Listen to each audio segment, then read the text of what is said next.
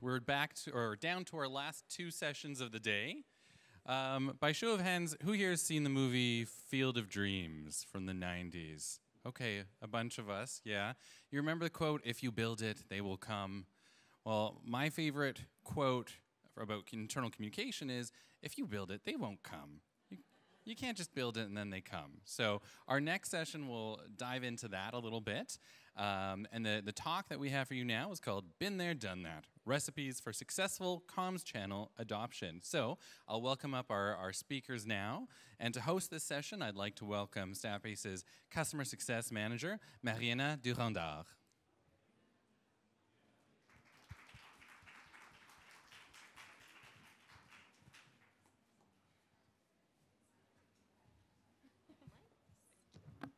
Great pronunciation. I'm impressed. So, thank you for staying with us up until now. I hope you still have a bit of energy with us today.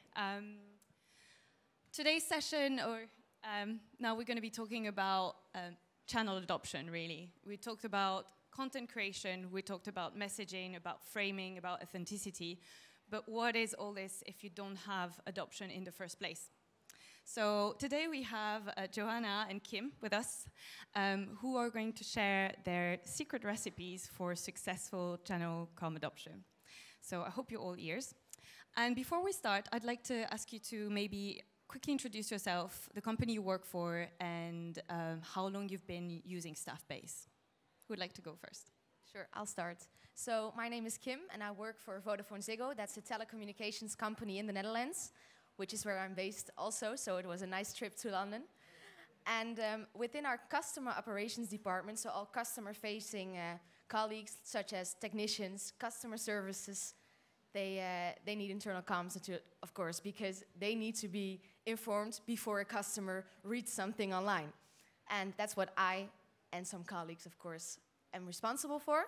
And next to that, I'm also in learning and development. So I'm doing my communications function out of an academy-based department.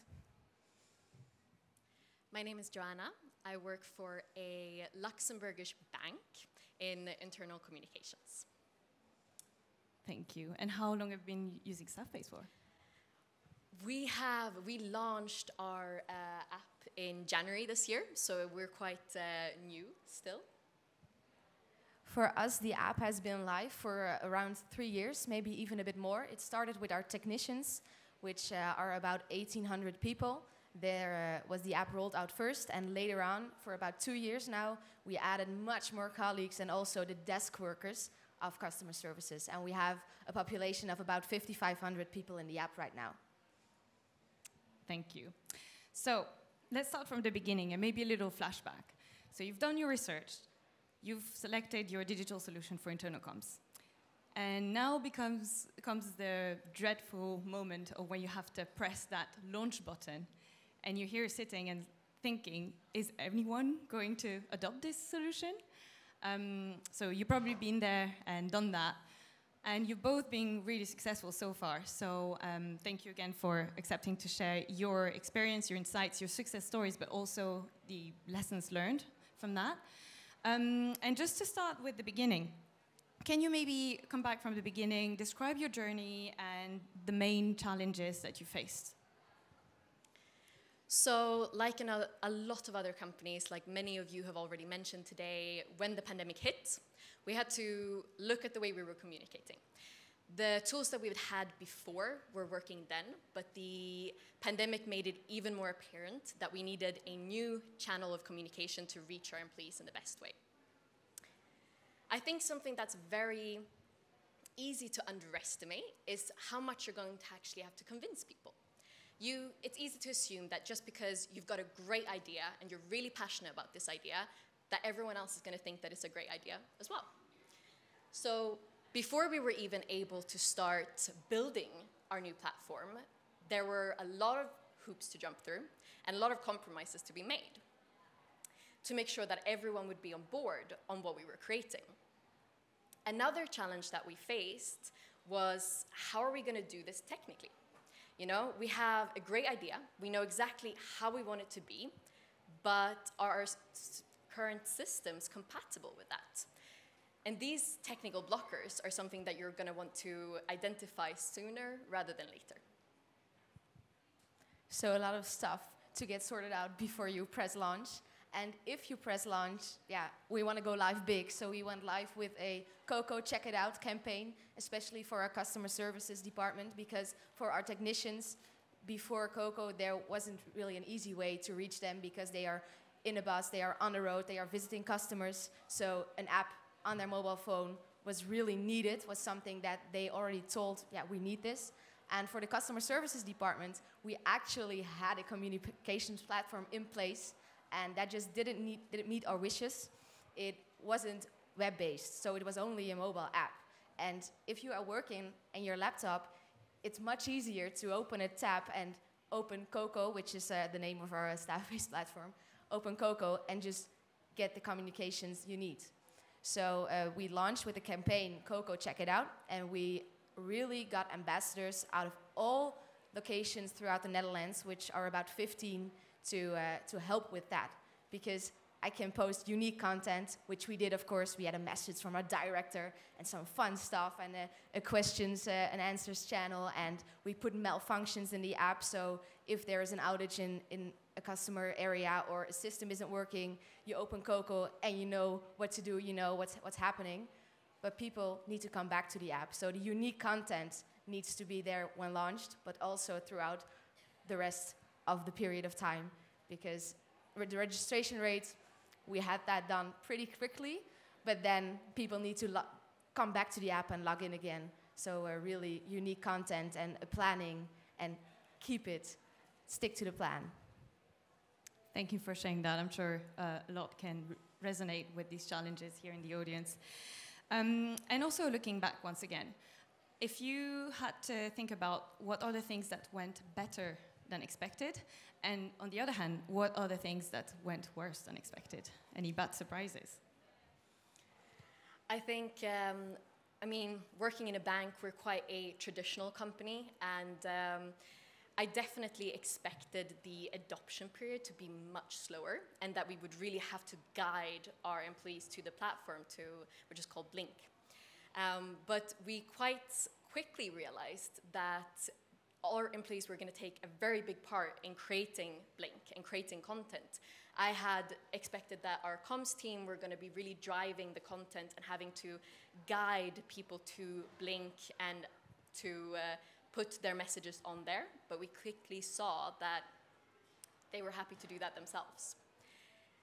But one of the things that has taken a lot more time than expected was definitely having to explain how the platform works. It's such an intuitive platform, and it's much like lots of other social media platforms that many of us use on a daily basis. So it's easy to assume that you're not going to have to explain how to use it. And this is why it's so important to take a step back and look at your target group. Because just because something is easy and makes a lot of sense to us doesn't mean that it's going to make a lot of sense to our employees. So you always have to take a step back, look at who are you targeting. Are these people going to have the same experience as you have when you're using the app? We actually have a video in place in our learning system which explains how Coco works, the platform, and how you can use it. And we personalized it for all 15 different locations. So they are actually responsible for telling their new employees, and of course, when we launched, the existing employees, how the app worked. Because I couldn't do that for 5,500 people, of course. So what went better as expected? Yeah, well, the pandemic helped us a lot because we launched for customer services about 2 years ago. And the thing that I still think we struggle with a bit is mainly the team leaders. It was spoken about earlier here in this conference. Jenny, I think, told us about that's the main communication people you need to get on board. And they don't need to send in their WhatsApp group, hey, did you check Coco? Here's the article. This is the information you need to know. No, they need to tell their employee they need to check the app before they start their working day. Completely understandable. And if you look at your channels, internal comm channels landscape, what would you say is the role that Staffbase has to play within that landscape? What is the weight and importance of it? One of the main benefits for us is that it brings together all of the subsidiaries of our company. We have offices in several different countries, and we've never had a common communication channel for all of these offices. We, as a bank, we're not always able to share all information across borders, so it's natural that we have different intranets for the different locations where they're able to share this kind of information. But Blink has allowed us to bring together everyone in one space. Another real benefit is the fact that we have a lot of people working as relationship managers who spend most of their day speaking to customers and are not necessarily in front of their screens every day. And this is where the app comes in, because we're actually able to target these employees with the information that they need to go about their days on their mobile phones. Another important aspect that has been really revolutionary since launching Blink is analytics. Previously, we had very limited access to analytics and very limited information about who was reading our communication, engaging with it. But thanks to the analytics in Blink, we're able to adapt future content based on these statistics. And that's so important because once again, it's easy to assume that because you're the comms people, you're comfortable with communication, you know what should be put out there. But that doesn't mean that your employees are going to be interested in reading it. So you have to look at these statistics and you have to adapt based on your employees' experience. For VodafoneZiggo, we have a lot of comms channels, for example, screens in every office on which we're trying out the screen embedding feature of the Staffbase platform.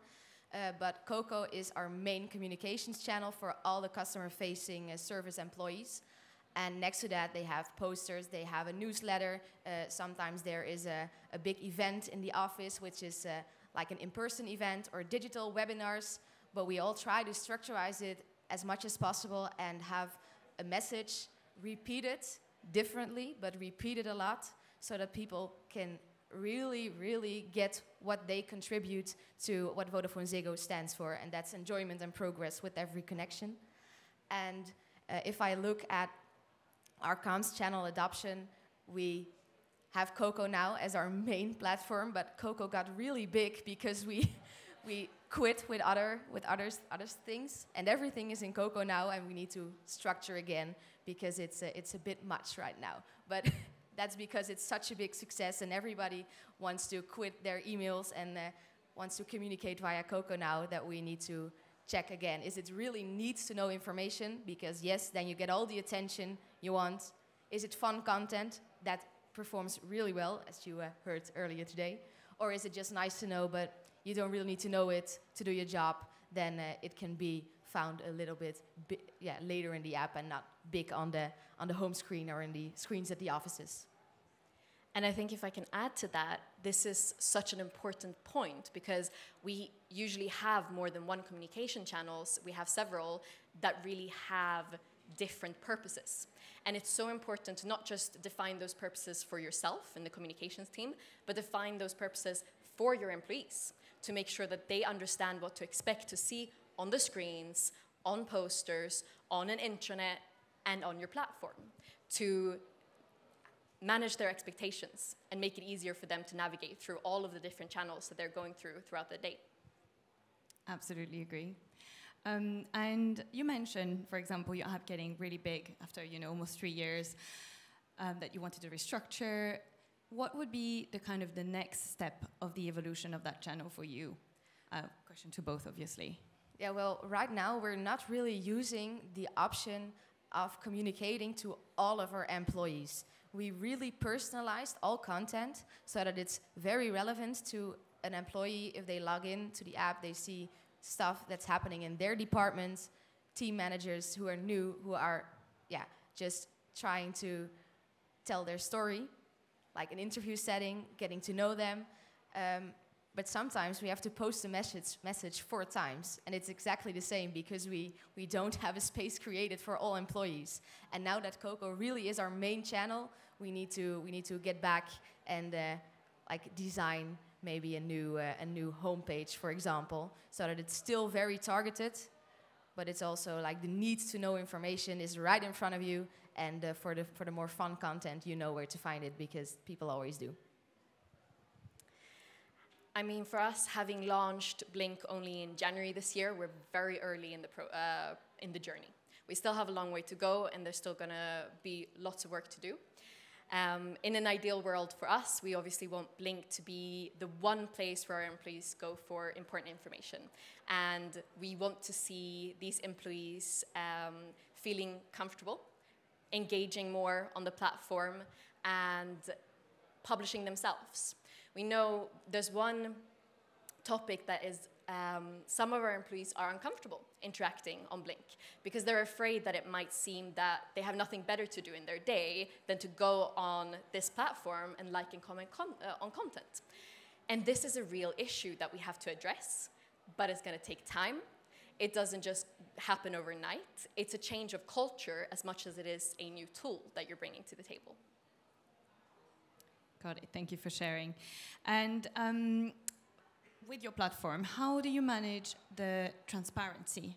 So how do you manage maybe critical comments? I think that's a question a lot of customers ask when they decide to activate comments and likes and about interactions. They don't know what their audience is going to do with these messages, and especially around sensitive communication.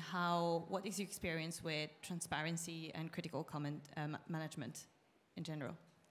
Well, if I look at Coco, then we don't really get negative or very critical comments. But what we do have is every news post, there is a knowledge owner. And that person is responsible for moderating the comment section, because interaction is really big. Sometimes we get like over 100 comments on just one news post, and somebody needs to react to them. Because otherwise, the next time, that colleague isn't going to ask their question anymore, or in like the people survey, they're going to say, no, my opinion doesn't matter. So the moderation section is very important, and the few times we got like a critical comment, there was a reaction, and then the responsible person just called that person and told them like, hey, I see you're not really happy with this decision. I see you have some questions. I reacted to it on Coco, but let's have the discussion right here, because we can comment back and forth, but that's not helping anyone. Just let's take away your worries and have a chat. And then if that person has a really big point, because one time that happened and the project just got put back on hold because the customer service department really had a big thing, and they expressed their opinion via Coco. Yeah. This was actually quite a big concern for a lot of people in our organization when we were working on this project. We were going from very traditional channels of communication with a predominantly top-down approach to something that's very much like a social media network where everyone can contribute. And then a lot of people ask themselves, you know, are we really going to let all the employees comment whatever they want? Is no one going to moderate these comments before? But what we always came back to is the fact that this is a professional platform where all of the employees are registered under their own names, which can't be changed. It's not like a social media platform where you can be whoever you want to be. You're still representing yourself in the company. And that's exactly how it's working. There really is no need to worry about it, because it really does work itself out. Same as you said, Kim, the few critical comments that we've got, you just respond to them. You contact the person again to see if they need to have a bigger conversation about it, or if they want any more clarity. But you address it directly on the platform and take care of any more discussions if needed in a private conversation. But the most important thing is to not be afraid of them, I think. It's great that you've been able to turn that into something constructive rather than something to be afraid of. In the last 5 minutes that we have, I know we asked this question to other panelists before, but I'd love to hear your perspective. If you could make internal comms miracle happen tomorrow, what would it be? Like, for me, it would be that internal comms is just as attractive as like scrolling through your Instagram, and that you start your day, and as an employee, you want to check the platform and see what's new. And if I look throughout my department, I would love to see us making more of a connection with learning and development and learning at the moment of need. Because if you write a story and if a colleague reads that story, he's actually learning. And we're not even measuring that, but internal comms is also learning and development in a smart way. Yeah, I think we all have kind of the same goal, that we wish that all of our employees are going to be extremely engaged in our platforms and love what we do and want to interact with it. We're never going to be able to please everyone. That is something I think we all learn in communications. But the hope is, of course, that we're going to be able to create a safe space for our employees to feel comfortable to contribute, and slowly but surely becoming a bigger part of this platform themselves.